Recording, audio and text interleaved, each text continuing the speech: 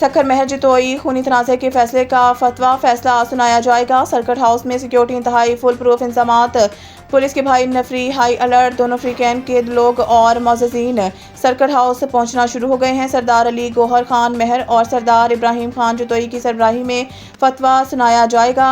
3 मकतूलीन के मुतालिक एतराज़ की वजह से मुलतवी होने वाला फतवा आज जारी होने का इम्कान है। महर जतोई तनाज़े में अब तक 55 इंसानी जानें ज़ाया हो चुकी हैं। असां पर उम्मीद आहियूं असां पाण लाभईनी थी वञनि ऐं अदा करे मसइलो हल थिए ऐं थी वेंदो। रुकियल छा जे करे? बसि थोरियूं के विच में ॻाल्हियूं हुयूं जेके कबाता हुयूं जेके हाणे माण्हू उन में इंतिज़ामिया जी बि वॾी हेल्प हुई, उन में कोशिशि हुई, जंहिंजे करे अॼु की तारीख़ बि थी आहे। मां सम्झां थो असांजी बि पंहिंजी इंतिज़ामिया जी बि हेल्प हूंदी त मसइलो हल थी वेंदो। केतिरो नुक़सान थियल आहे सर? हाणे इहो मां अंग त कोन खणी आयो सर माज़ी में भी जेको आहे फैसला थिया दरगाह थिया, हिन में कहिड़ियूं सख़्ती कयूं छा था सम्झो न दरगे में अमल थींदो?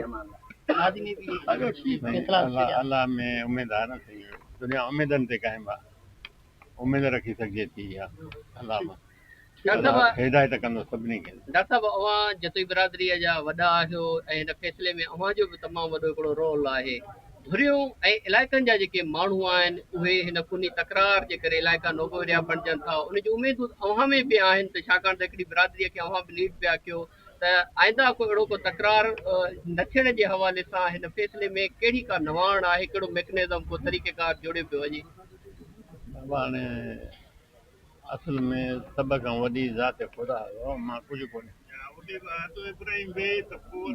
मां कुझु कोन्हे, ज़ात ख़ुदा जी आहे वॾी जेका, ऐं सभिनी खे अलाह ताला खां दुआ बि आहे, हिदायत बि कंदो त जेको थिए उन ते अमल थिए ऐं अॻियां करे कंदो।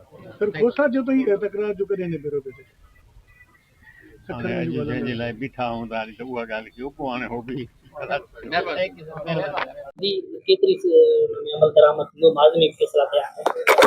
इंशाअल्लाह जेको अॼु फतवा ॿुधाई वेंदी पैजूं खीर खंड थी वेंदा ऐं अॻिते तकरार जी इंशाअल्लाह काई उम्मीद न हूंदी, कोई बि तकरार न थींदो। पैगाम मैसेज जी मैसेज ॾियणु चाहींदो घरनि में जंहिंजे फतवा ॿुधाई वेंदी?